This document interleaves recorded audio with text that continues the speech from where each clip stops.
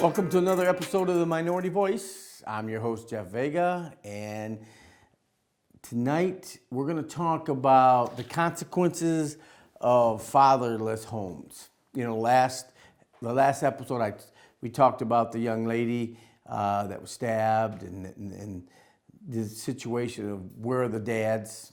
And so I thought, okay, let's take a look at that, because we know that it is a problem in our country, yet we sometimes overlook it and just look beyond it, if you will. But I think, this is a time when we should probably maybe address it again and refresh our memories, kind of like when you do with your computer every once in a while. You got to refresh it to get it operating right, because I feel if we can reconnect with this and make this in the forefront, that would go a long way with, changing situations in urban areas, in the minority communities, and also I think for our country.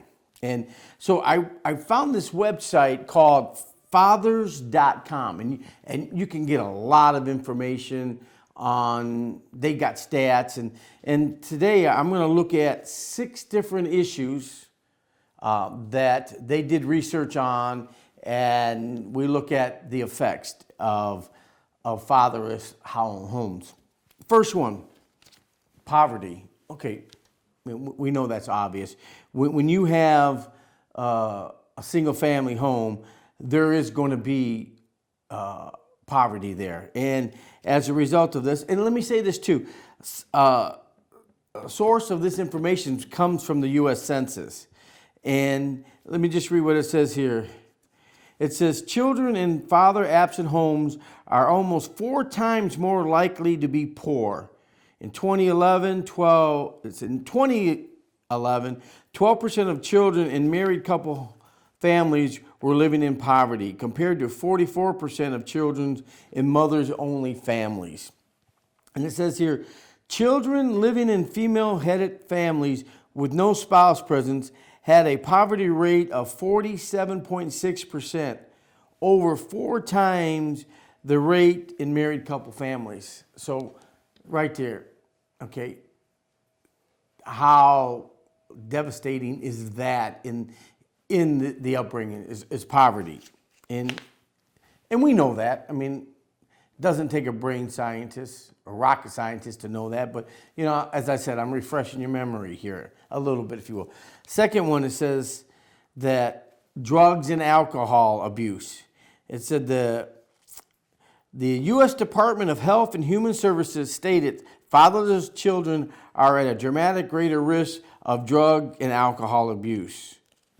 And, that's, I think that could be pretty obvious, because when you don't have that father figure there, that mentor or that person there, then, kids have a tendency to look at others individuals and get swayed by them.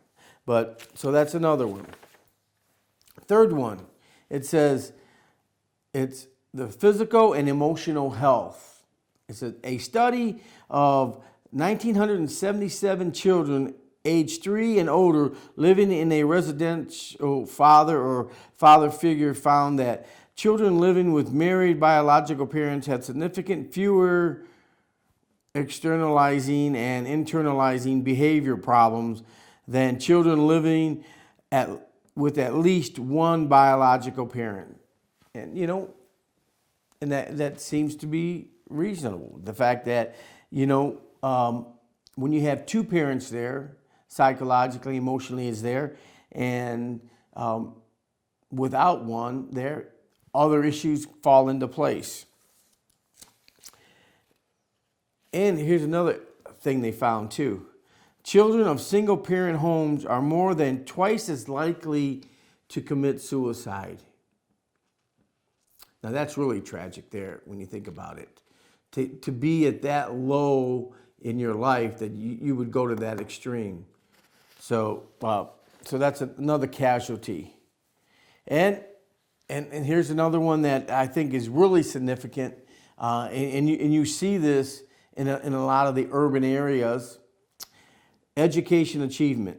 Children in grades 7 through 12 who have lived with at least one biological parent, youth that experience divorce, separation, or non-union birth report lower grade point averages than those who have lived with both biological parents. Children living with their married biological father tested a significant higher level than those living with a non-biological father. Father's involvement in school is associated with higher likelihood of a student getting mostly A's. This was true for fathers in biological parent families, for stepfathers, and for fathers heading single family parents or single parent families.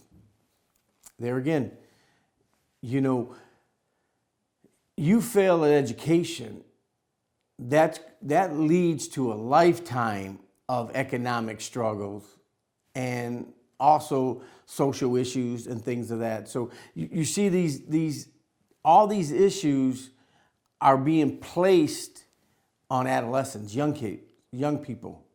And, adults have issues handling mature things. Can you imagine being a child and having to handle these?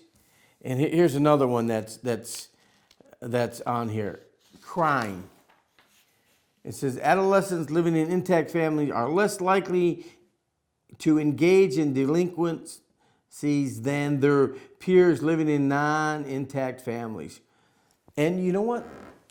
And how true is that? We find young people getting caught up into gangs and stuff like that. And once you get marked, it is hard to overcome because a stigma is placed on you. Now, you add a lack of education and now you add crime involved with that. These young people are experiencing things that is going to affect them for their lifetime. If they don't wake up one day and say, hey, you know what? It's up to me to make a change. Let's look at another one here. The last one here. Sexual activities and teen pregnancies. A study using a sample of 1,409 rural southern adolescents, 851 females and 551 males, ages 11 through 18, said that because of the absent and the self-reported sexual activities, this resulted that these adolescents and fathers and absent homes were more likely to report sexual activity compared to adolescents with their fathers. And basically what it's saying there, when you don't have that father figure there to set an example, you are going to be apt to be more sexually active. And, and there's numerous reasons why. But we know that, teen pregnancy is an issue. And even in this culture now, with the promotion of being sexual, it's there in education, teaching it. You see all these different elements that are allowed to take place when the father is not in the home. But you know what I find interesting?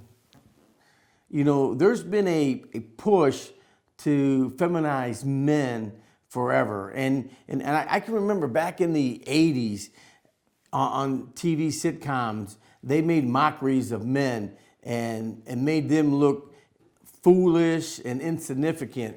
And I think that has played a major role in it too. And then of course, the New Deal, the war on poverty, where it was actually, convincing families to break up, that women didn't need men to support them, that the government would.